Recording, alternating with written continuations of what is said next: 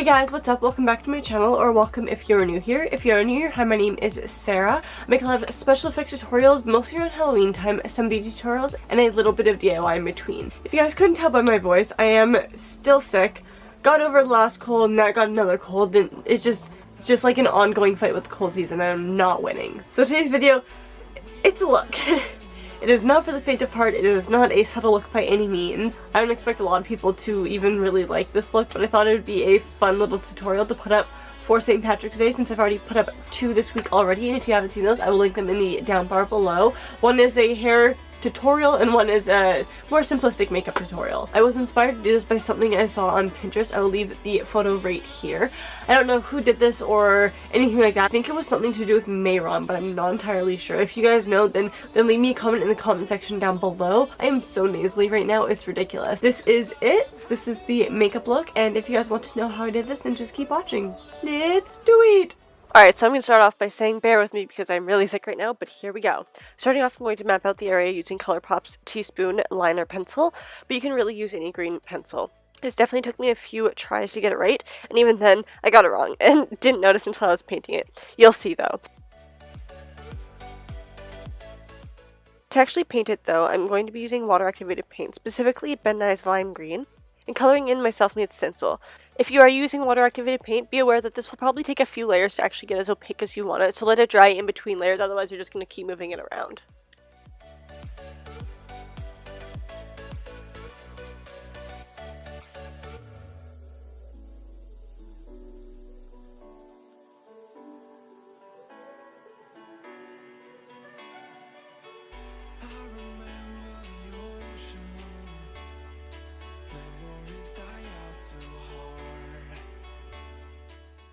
To set my lid, I'm going to be using Enchanted Forrest from Makeup Geek, and this is the moment I had actually realized I had done something wrong.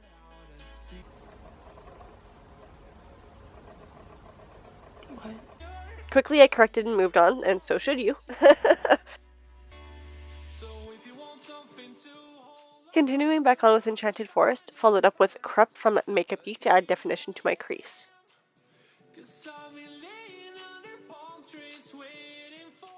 And then blending it out, I'm then lining my waterline with a Kajal eye pencil by Femme Couture. You can find this at Sally's, and pulling it down to act as a base for my next portion. My symmetry and I cannot be stopped. For those of you who might be new though, I tend to do what I've done to my lid to the bottom of my eye, aka this part.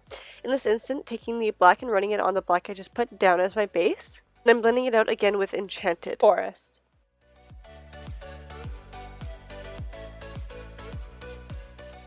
You can definitely add mascara to help bring everything together before the final eye step. I actually added this to the eye I did off camera, weirdly enough, but not on the other one. Don't ask me why, because I have no idea. Then take a skin adhesive of your choice. I've chosen Spirit Gum, but be warned, only use Spirit Gum if you have the remover. Otherwise, you can use anything, Prozade, liquid latex, anything. Heck, even lash glue. I did this section by section, applied, wait for it to get tacky, and then applied each individual green confetti. And let me tell you, this was not an easy task by any means. Fast or easy, don't let the magic of editing tell you any different. I'm honestly not sure which took longer, actually sifting through the entire bag of confetti stars to gather the tiniest green confetti star, or applying them. It's honestly a coin toss at this point. The easiest way I thought to do this though, easy being a very loosely used word right about now, was to apply Spirit Gum, dip my tweezers on one side into a bit of the Spirit Gum, and once both got tacky, pick up a star with the Spirit Gum dipped end, bear with me again, and apply it to my face.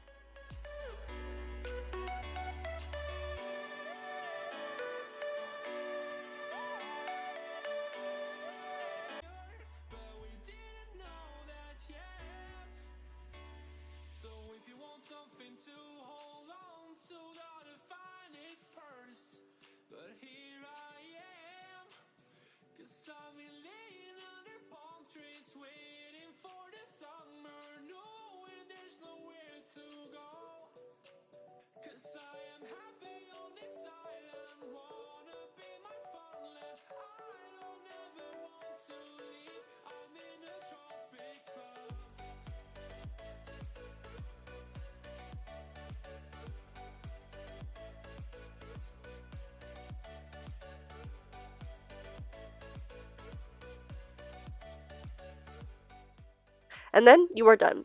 And it's sparkly as all hell. Shine bright like a diamond, or reflect, whatever you want to do. when your makeup's got you feeling over the rainbow. Lastly, I did a little bit of gold because what St. Patrick's Day tutorial is complete without that. This one is First Class by Jeffree.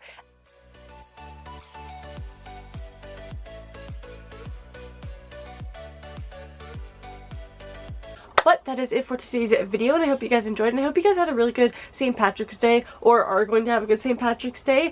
But always remember to stay safe, and I'll see you in my next video. Bye guys!